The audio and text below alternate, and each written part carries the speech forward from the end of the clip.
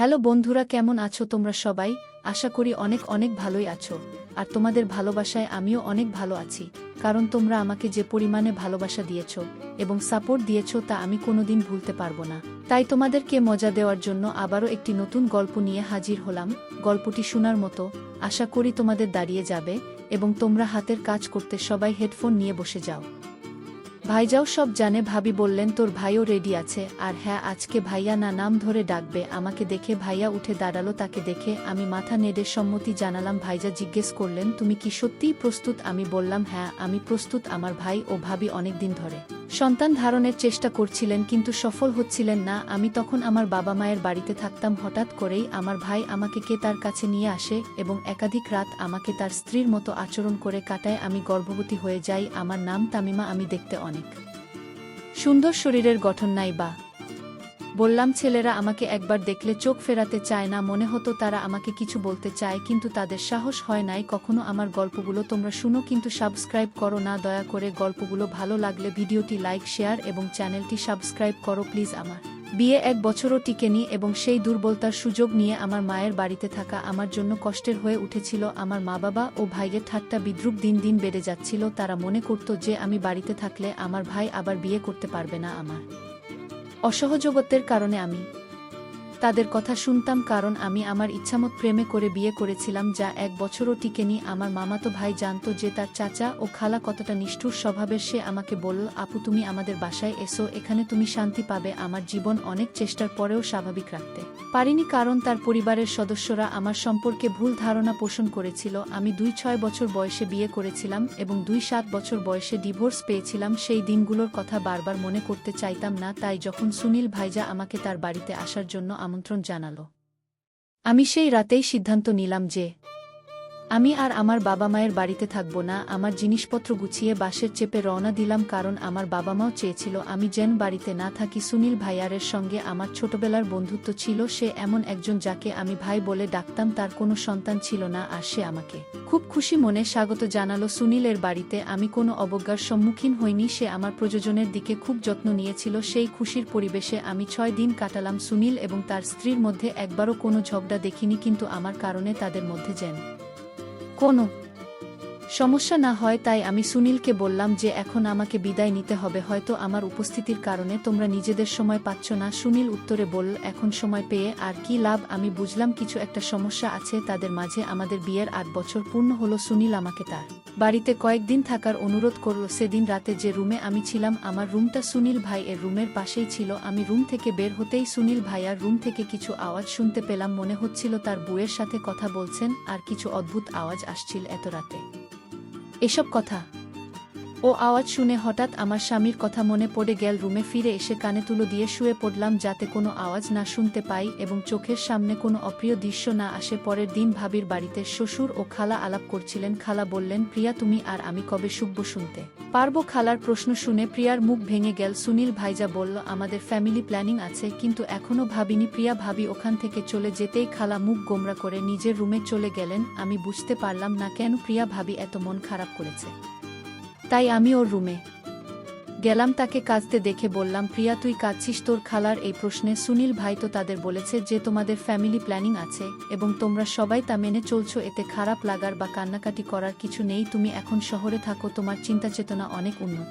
আজকাল সন্তান জন্ম দেওয়া এত সহজ নয় এবং খরচও অনেক বেড়ে গেছে। হয়তো সময় বুঝে ভাইজা বাচ্চা নিবে, এতে টেনশনের কি আছে? আমি কথা বলতে বলতে হঠাৎ প্রিয়া আমার কাঁধে মাথা রেখে জোরে জোরে কাঁদতে লাগলো। তার কান্নার কারণ জানতে চেয়ে আমি তাকে সান্ত্বনা দিয়ে বললাম প্রিয়া ভাবি তোমার কান্নার কারণ নিশ্চয়ই অন্য কিছু। তুমি আমাকে তোমার বন্ধু ভেবে সব বলতে পারো। প্রিয়া ভাবি তখন বলল তুমি যখন আমাকে বন্ধু ভেবে প্রশ্ন করেছ আমি তোমাকে সত্য কথা বলবো, কিন্তু এটা শোনার পর তুমি আমাকে ভাবির মতো নয় বন্ধুর মতো আচরণ করবে। আমি প্রিয়াকে প্রতিশ্রুতি দিলাম যে আমি তাকে বন্ধুর মতোই আচরণ করব। তখন প্রিয়া বলতে শুরু করল আমাদের কোনো পরিবার পরিকল্পনা নেই। সত্যি বলতে আমি মা হতে পারবো না, আমার মধ্যে একটা ত্রুটি আছে। আমি প্রিয়াকে বোঝালাম এত টেনশন নেওয়ার কি দরকার, মানসিক চাপ কমাও, ঈশ্বর চাইলে সব ঠিক হয়ে যাবে। যদি মা বাবা হওয়ার ইচ্ছা থাকে তাহলে এতিমখানা থেকে একটি শিশুকে দত্তক নিতে পারো, এতে তুমি মাতৃত্বের স্বাদ পাবে এবং সেই শিশুটিও ভালো থাকবে। প্রিয়া বলল, আমাদের যদি সন্তান দত্তক নিতে হতো তাহলে আমাদের বিয়ে হয়ে যেত অনেক আগেই, কিন্তু সুনীল আর আমি শুধু আমাদের নিজেদের সন্তান চাই। আমার মধ্যে কি অভাব আছে সমাজে, এটা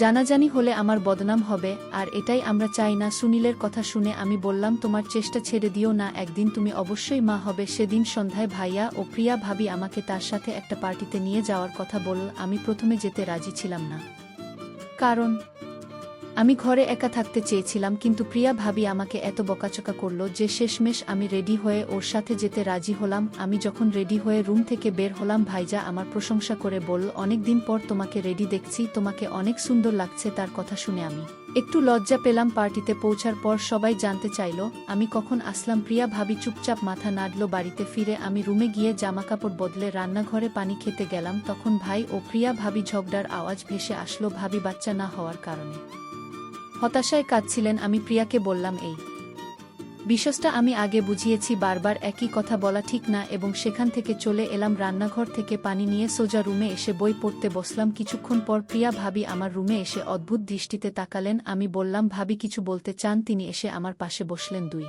ঘন্টা হয়ে গেছে আমরা পার্টি থেকে ফিরেছি, কিন্তু প্রিয়া ভাবি এখনো চেঞ্জ করেনি। সে আমার হাত ধরে বলল, তুমি আমার জন্য একটা কাজ করবে, আমার বন্ধুর মতো। সে আমাকে প্রতিশ্রুতি দিতে বলল যে আমি তাকে অস্বীকার করব না। আমি জানি সে আমার কাছ থেকে কি চাইবে, হয়তো সে আমাকে শপিং করতে বলবে, না হয় কিছু ব্যক্তিগত কথা শেয়ার করবে। আমি ভাবিকে বললাম, তুমি যা বলবে আমি করতে প্রস্তুত। তার কথা শুনে হেসে বললাম, হ্যাঁ তুমি মা হয়ে যাবে। প্রিয়া ভাবি বলল, আমার কথা পুরোপুরি শোনো, আমি মা হতে চাই, কিন্তু তোমার মাধ্যমে। আমি বিস্মিত হয়ে জিজ্ঞেস করলাম, আমার মাধ্যমে মানে কি? প্রিয়া ভাবি বলল, তুমি কথা দিয়েছ তাই প্রত্যাখ্যান করতে পারবে না। গত 8 বছর ধরে আমি মা হওয়ার জন্য আকুল হয়ে আছি। আমরা লাখ লাখ টাকা হাসপাতালে খরচ করেছি, আমি কত ইনজেকশন খেয়েছি। এখন আমি চাই তুমি সুনীলের সাথে কিছু রাত কাটাও, তাকে ভালোবাসো। তার কথা শুনে আমি হতবাক হয়ে গেলাম। ছোটবেলা যার সাথে খেলেছি, যাকে কাল পর্যন্ত ভাই বলে ডাকতাম, তার বউ আমাকে এভাবে বলছে। আমি বললাম, তুমি কি বুঝছো? তুমি কি বলছো? প্রিয়া ভাবি বল, হ্যাঁ আমি ভেবে চিনতে বলেছি, তোমাকে এই কাজ বিনা পয়সায় করতে হবে না। আমরা তোমাকে 4 লক্ষ টাকা এবং একটি বাড়ি দেব। তাদের প্রস্তাব শুনে আমি ভাবনায় পড়ে গেলাম। আমি জানতাম আমার নিজের বিউটি পার্লার খুলতে পারলে ভালো হতো। এই 4 লক্ষ টাকা দিয়ে আমি একটি ব্যয়বহুল প্রফেশনাল কোর্স করতে পারতাম এবং বল পার্লার খুলতে পারতাম। কিন্তু প্রিয়া ভাবি প্রস্তাব শুনে আমি বললাম, এসব কি বলছো তুমি? ভাইজাও সব জানে। ভাবি বললেন, তোর ভাইও রেডি আছে। আর হ্যাঁ, আজকে ভাইজা না সুনীল বলে ডাকবে। আমাকে দেখে ভাইয়া উঠে দাঁড়ালো। তাকে দেখে আমি মাথা নেড়ে সম্মতি জানালাম। ভাইজা জিজ্ঞেস করলেন, তুমি কি সত্যিই প্রস্তুত? আমি বললাম, হ্যাঁ। তখন প্রিয়া ভাবি বলল, এখন থেকে ভাই না বলে ডাকবে। তারা সন্তান চেয়েছিল, আর প্রিয়া ভাবি মা হতে অনেক কষ্ট সহ্য করেছিল। আমার বয়স মাত্র 2-7 বছর। আমি জানতাম না ভবিষ্যতে বিয়ে করব কিনা, বা কেউ আমাকে তার মনের জায়গা দিবে কিনা। সুনীল আমার মামাতো ভাই, তাই ছোটবেলা থেকেই বিয়ে করতে পারিনি। কিন্তু সব ভুলে আমি কাজ আর ন্যায্য পাওনা নিতে যাচ্ছিলাম, যাতে ভবিষ্যতে আর কারো সাহায্য নিতে না হয়। আমি 2 সিদ্ধান্ত নিয়েছিলাম। হঠাৎ বোনের গলা শোনা গেল, আমরা এখনই পার্টি থেকে ফিরেছি, তুমিও ক্লান্ত, আজ বিশ্রাম নাও, কাল থেকে শুরু হবে। আমি মাথা নেড়ে রুমে চলে গেলাম। রাতের খাবার খেয়ে পরের দিন আসলো। কিছুক্ষণ পর প্রিয়া ভাবি এসে বললেন, সুনীল কখনো অন্য মেয়ের দিকে তাকায় না, কিন্তু এখন সে যা করবে আমাদের জন্য করবে। তার হাতে একটা নাইট গাউন ছিল যা অনেক সুন্দর আর আকর্ষণীয় ছিল। তিনি বললেন, তুমি এই পোশাক পরে সুনীলের রুমে যাও, সে তোমার দিকে আকৃষ্ট হবে। প্রিয়া ভাবি বললেন, মনে রেখো, এটা শুধু একটা চুক্তি, অন্য কোনো ভাবনা আনবে না। মনে মনে এই চুক্তি মনে রেখে আমি সুনীলের রুমে গেলাম, শুধু আমার ভবিষ্যতের কথা ভেবে। মাথা নেড়ে সুনীল ভাই এর ঘরে চলে গেলাম। সুনীল ভাই রুমে কোথাও দেখা যাচ্ছিল না। প্রিয়া ভাবি তাকে তার রুমে ডাকলো, সে তখন বাথরুমে ছিল। প্রিয়া ভাবি বলল, তাতিমা রুমে এসেছে। সুনীল বলল, আমি ফ্রেশ হয়ে আসছি। প্রিয়া ভাবি বুঝতে পেরে বেরিয়ে গেল। আমি রুমের আলো নিভিয়ে দিলাম। সুনীল ভাইজা বাথরুম থেকে বেরিয়ে এসে আমার পাশে বসলো। আমরা কেউই কিছু বলছিলাম না। হঠাৎ সুনীল ভাইজা আমার ঘাড়ে হাত রাখলো। আমি মনে করলাম এটা আমার ভবিষ্যতের জন্য একটা চুক্তি, আমাকে এটা করতে হবে। আর আমি এক দম্পতিকে বাবা মা হওয়ার সাহায্য করছিলাম। মাত্র সুনীলের সাথে কাটানো রাতে পর আমি গর্ভাবস্থার উপসর্গ অনুভব করলাম। এখন আমি নিজেই ঘর অন্ধকার করে দিতাম। সুনীলও তাই চেয়েছিল। 1 মাস পর আমি মশলাদার খাবার খেতে লাগলাম। সুনীল আমাকে তার এক বন্ধুর চেকআপে নিয়ে গেল। অন্তঃসত্ত্বা হওয়ার খবর শুনে সুনীল ও প্রিয়া ভাবি মুখে খুশি দেখে আমিও খুশি হলাম। সুনীল আমার প্রতি অনেক বেশি যত্নশীল হয়ে উঠল। সুনীল দ্রুতই উধাও হয়ে যেত। যদিও সে তার স্ত্রীর সন্তান হওয়ার অজুহাত দেখাতো, গ্রামের কিছু মহিলা তার বুকে বন্ধ বলে ডাকতে শুরু করেছিল। আমি তাকে সাহায্য করতে চেয়েছিলাম। সুনীল অনেক আত্মীয় স্বজন এড়িয়ে চলত, অফিসে যাওয়ার সময় তাকে এড়িয়ে যেত এবং ঘরে তালা দেখে ফিরে যেত যাতে প্রিয়া ভাবির পেট দেখা না যায় এবং কারো প্রশ্নের সম্মুখীন না হতে হয়। প্রিয়া ভাবি বাইরে যেতে হলে অনলাইনে একটি নকল পেট অর্ডার করেছিলেন যা তাকে গর্ভবতী দেখাতো। আমি বাবা মাকে জানিয়েছিলাম যে আমি শহরে কাজ করছি এবং তার বাড়িতে ফেরা আমার পক্ষে সম্ভব নয়। প্রথম 4 মাস ধীরে ধীরে চলে গেল, তারপর পঞ্চম মাসেও পেট দেখা দিতে শুরু করল। সুনীল এবং প্রিয়া ভাবি আমাকে তাদের বাড়িতে থাকার জায়গা দিয়েছিলেন, সব ধরনের সুবিধা দিচ্ছিলেন। হঠাৎ করেই সুনীল আমার পেটে হাত রাখে, সন্তানকে অনুভব করতে চায়, তাই আমি কিছু বলিনি। গর্ভাবস্থার কারণে কখনো কখনো রাতে ঘুমাতে পারতাম না। হঠাৎ করে সুনীল আমার খুব কাছে চলে আসতো এবং অনুচিত কাজের চেষ্টা করত। আমি প্রিয়া ভাবিকে জানালে তিনি বললেন, কোনো ফালতু কাজ করো না। সুনীল প্রতিদিন আমার সাথে ঘুমায়, সে আমাদের বাচ্চার জন্য চিন্তিত। সে আমার কথা বিশ্বাস করিনি। সুনীল আমার